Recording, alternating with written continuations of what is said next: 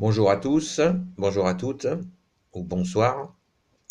Donc aujourd'hui, une vidéo sur une grande inconnue dans notre foi catholique, c'est la messe basse ou messe courte.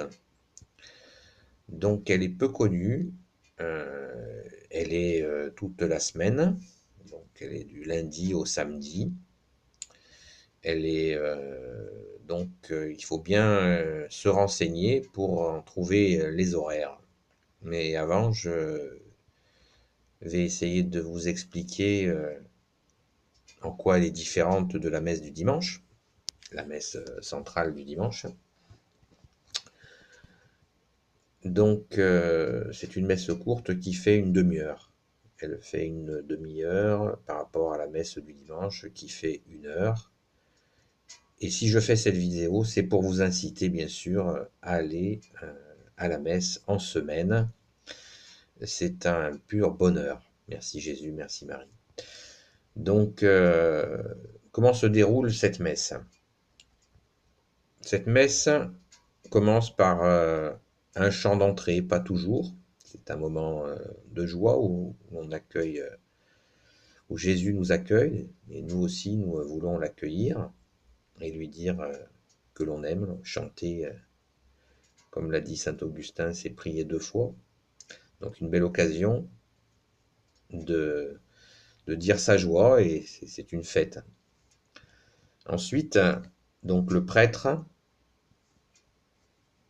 accueille l'assemblée au nom du Père, du Fils et du Saint-Esprit et il dit quelques mots.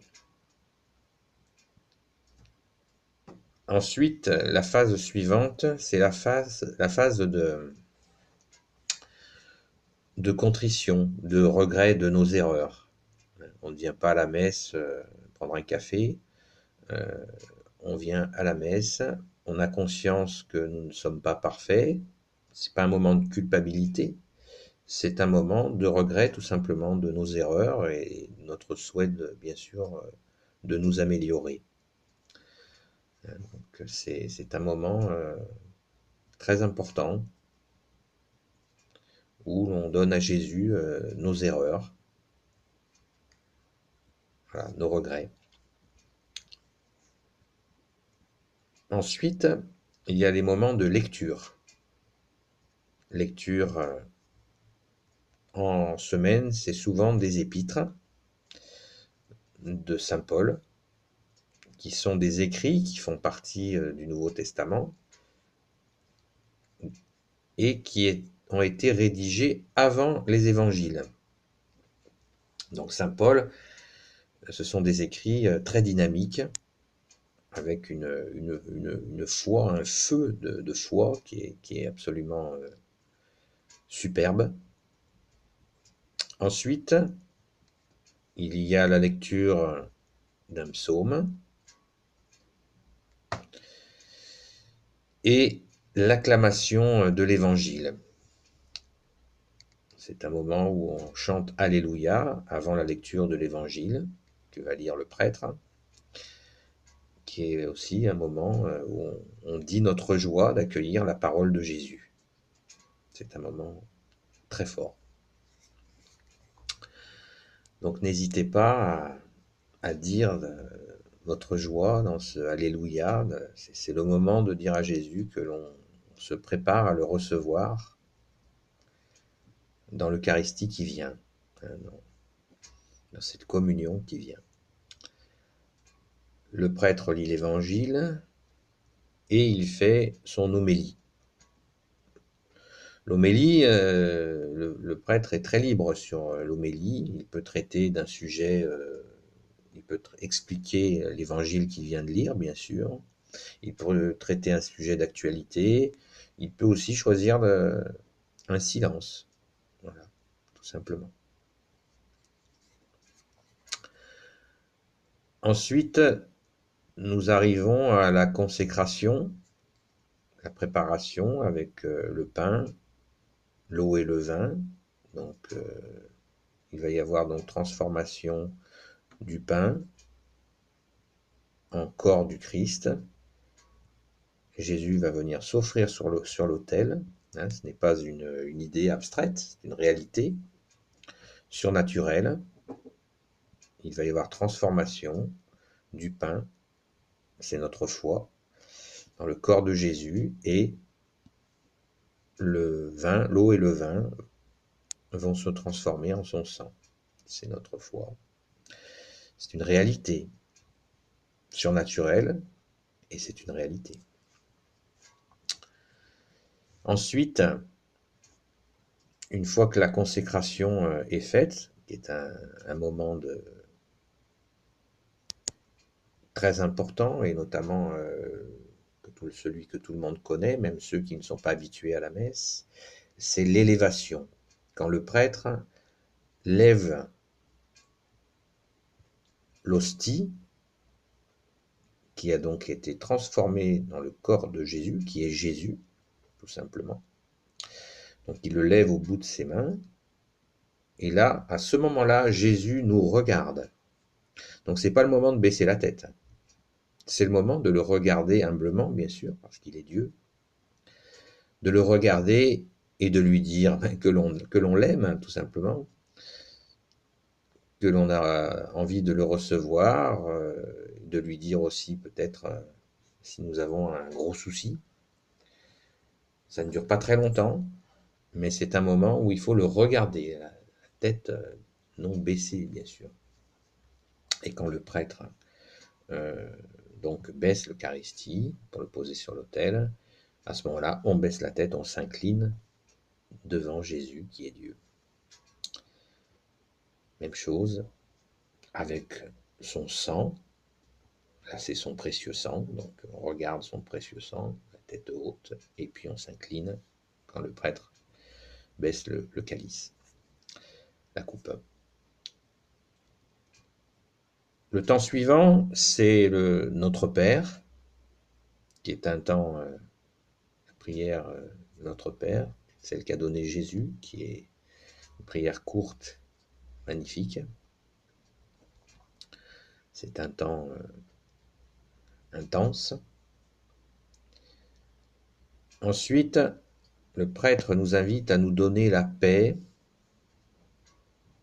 Il annonce la paix de Jésus. Ce n'est pas systématique en messe basse, en messe courte de la semaine, où nous nous donnons la paix. Donc, ce n'est pas un problème, le prêtre nous a donné la paix de Jésus. S'il le fait, s'il nous demande de nous donner la paix, nous le faisons. Et si possible, de le faire simplement, avec les personnes qui sont à côté de nous, et c'est tout. Pour que ça prenne le moins de temps possible. Parce que Jésus s'est offert, il est sur l'autel, et nous allons manger son corps et son sang, et boire son sang. Donc, son corps et son sang qui sont dans l'Eucharistie, dans l'hostie. Tout de suite après, nous avons ce temps où nous disons « Agneau de Dieu qui enlève le péché du monde, prends pitié de nous ».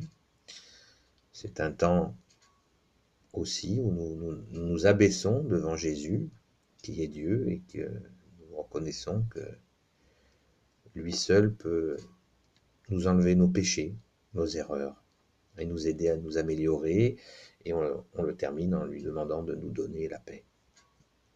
Sa paix, hein, pas la paix du monde, hein, la paix de Jésus. Ensuite, nous passons à l'acte de contrition, enfin le prêtre tend l'hostie, et c'est à ce moment-là où nous disons que nous ne sommes pas dignes de le recevoir.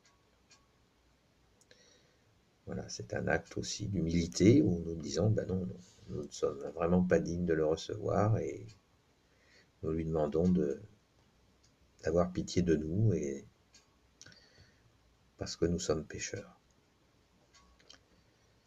Ensuite, c'est le temps le plus beau, le sommet de la messe, c'est-à-dire que nous allons prendre le corps et le sang de Jésus. Alors il y a un grand débat, il faudra faire une vidéo spéciale là-dessus, je le ferai. Mais moi je vous dis simplement mon opinion, qui n'est pas que la mienne bien sûr. C'est bien sûr de venir prendre l'Eucharistie, le corps et le sang de Jésus, pour ceux qui le peuvent, de vous agenouiller devant Jésus, quand le prêtre vous tend l'Eucharistie, et d'ouvrir la bouche, de tendre la langue, et le prêtre dépose l'Eucharistie sur votre langue, en position à genoux. Ça s'est fait pendant des siècles, ça se fait encore beaucoup de nos jours, bien sûr, mais il y a eu un courant qui a voulu arrêter cette pratique, qui est une pratique absolument essentielle. Je répète, pour ceux qui le peuvent, on ne va pas demander, on n'est pas débile, on ne va pas demander à des gens qui ne peuvent pas s'agenouiller de le faire, ça n'a aucun sens. Mais ça n'empêche pas, même pour ceux qui ne peuvent pas s'agenouiller, de s'incliner devant le corps de Jésus, devant l'hostie qui est le corps de Jésus, et ensuite de tendre la bouche et la langue pour recevoir le corps et le sang de Jésus. Voilà. Ensuite, donc ce temps-là, il est tellement important qu'il se fasse dans le silence. Hélas, dans de nombreuses messes, il y a un chant pendant l'Eucharistie. Là, de mon point de vue, c'est dommage, parce que quand nous venons de prendre sur notre langue le corps de Jésus, nous avons besoin de l'écouter. C'est un cœur à cœur avec lui, et chanter en même temps que de le prendre, ça, c'est dommage. C'est vraiment dommage, et nous perdons ce temps précieux d'écoute de notre Seigneur Jésus, qui a des choses à nous dire. Nous avons à méditer ce temps qui est très puissant, et certainement un des plus puissants à notre niveau.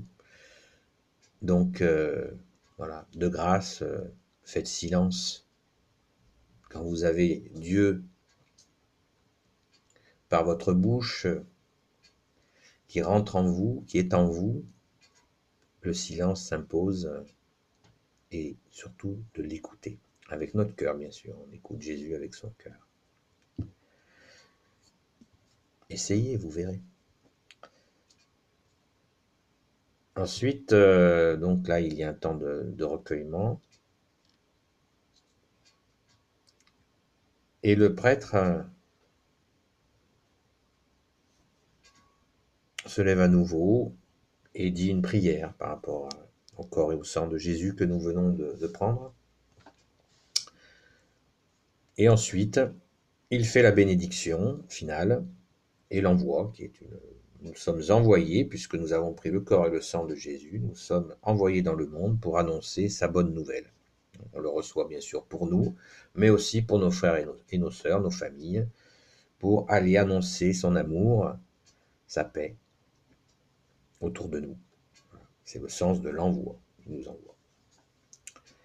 Et nous terminons cette messe courte avec un « Je vous salue Marie » ou un chant à Marie. Ça n'est pas systématique, hélas. C'est pourtant la moindre des choses de remercier notre Sainte Mère, Marie, à la fin de la messe, puisque c'est elle qui a accueilli Jésus, qui a dit oui pour recevoir le Sauveur, notre seul Rédempteur, Jésus-Christ.